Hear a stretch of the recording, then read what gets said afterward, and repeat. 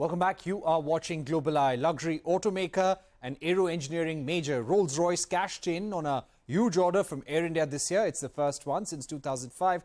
The 40 Airbus A350S will be powered by Rolls-Royce jet engines. Speaking to me earlier today, the company's Director of Engineering and Technology, Simon Burr, gave a timeline of when the deliveries for the order will begin. He also spoke about the company's sustainability plans and key priorities it has for the India market. Listen in.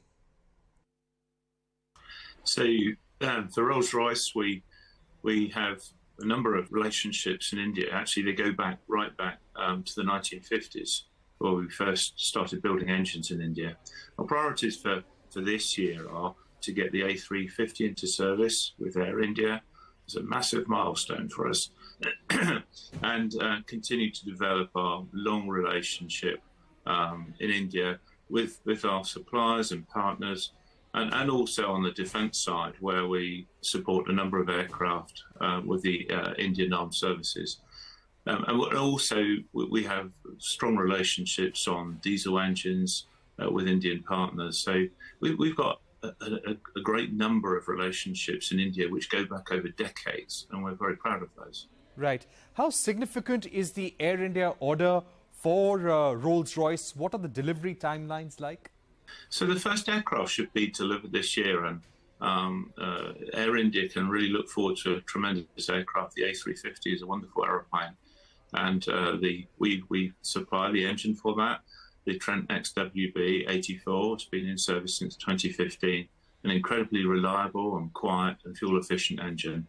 So the experience for customers of Air India will be amazing, really, with that aeroplane, and that's our priority, to get that, support that aircraft going into service later this year.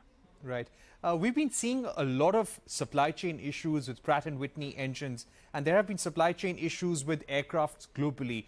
How have things been for Rolls-Royce, and what are some of the steps that you're taking to overcome those supply chain hurdles? Yeah, as we've come out of the COVID period, the supply chain has been stretched in aerospace. Some employees in different companies retired, and so companies have had to hire again. So far, we've managed pretty well. There are challenges. I'm not going to pretend there's not challenges, and so every day we have to work very, very diligently. But we are making good progress. The number of engines we're delivering is growing, and we're able to support our customers. But there'll be stresses at least well into next year. Right. Now, when it comes to manufacturing in India or setting up a base in India, what are some of the steps that you're taking in that direction to move more supply chains to India, to source more from the India market?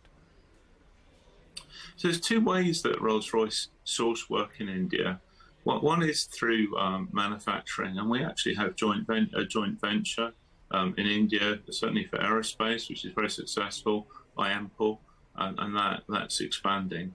And we also use a tremendous number of very talented Indian engineers in partnership. We've got our own Rolls-Royce India employees, but we also have partnerships. It amounts to several thousand engineers.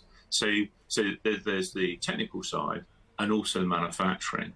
And we've seen expansion. The capability of the Indian market is tremendous, and we see opportunities for expansion there over coming years. Right. I'd like to ask you about Rolls-Royce focus on sustainability. What is the roadmap that you're taking towards decarbonization, towards net zero goals?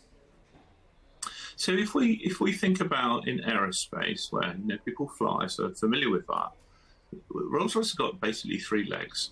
The first one is to make jet engines more efficient. And you've heard about our UltraFan, the world's most advanced efficient engine, which ran this year. The second one is sustainable fuel.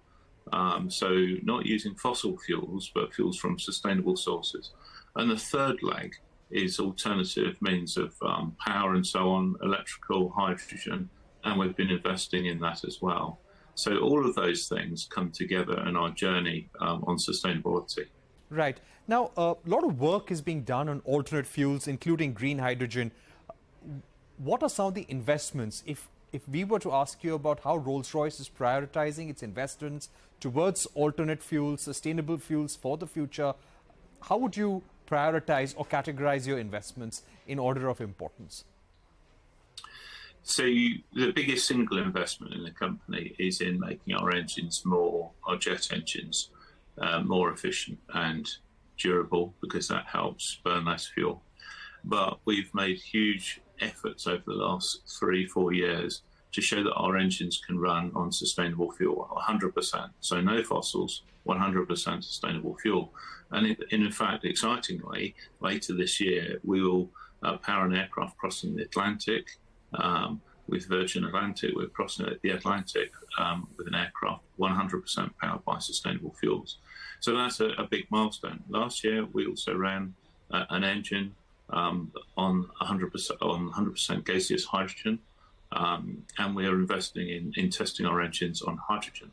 So what we're trying to do is help governments and regulators invest and set parameters for investment with confidence that jet engines won't be a constraint on much bigger uptake of sustainable fuels. Right. If I were to ask you, Simon, what kind of roadmap can India take towards adopting sustainable aviation fuels? What would be some of the best examples that India can emulate, and what is the road that can be taken towards sustainability in aviation in India? So I think there are sort of three things. India is already producing some sustainable fuel, and so it's investment in that and increasing the investment. And really what we see around the world is, in some instances, governments are regulating to increase the percentage of sustainable fuels by airlines. And in other countries, there are tax incentives to make sure that oil companies and other experts can invest in this market. So it's a combination of either incentives through the tax system or regulation to drive investment. But investors need to see that the market is secure, and it will be there when they bring all these new investments to life, petrochemical works and so on.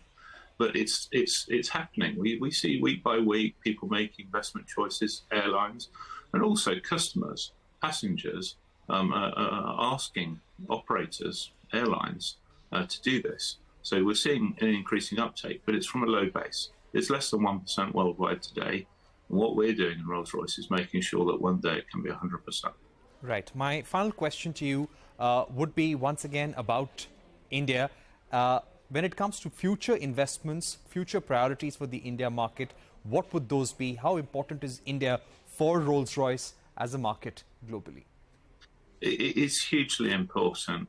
You know, we're enormously proud that Air India have selected the Airbus aircraft and Rolls-Royce engines for their part of their growth. We've powered the Indian Armed Forces, provided engines for them for decades, and we've been building engines in India since, as I said, since the 1950s. So it's a huge market. It's a growing market, and it's a very, very important market, not just for aero engines, but for our diesel engines and so on. So you'll continue to see growth and tremendous interest in that market. I've worked with engineers based in India for 20 years, and we wouldn't operate without them. So it's a very, very important market, and we're proud to operate there. And hopefully you'll see more growth in coming years. All right, that was Simon Burr, Director of Civil Engines at Rolls-Royce. With that, it's a wrap on this edition of Global Eye. Thank you for watching. Goodbye.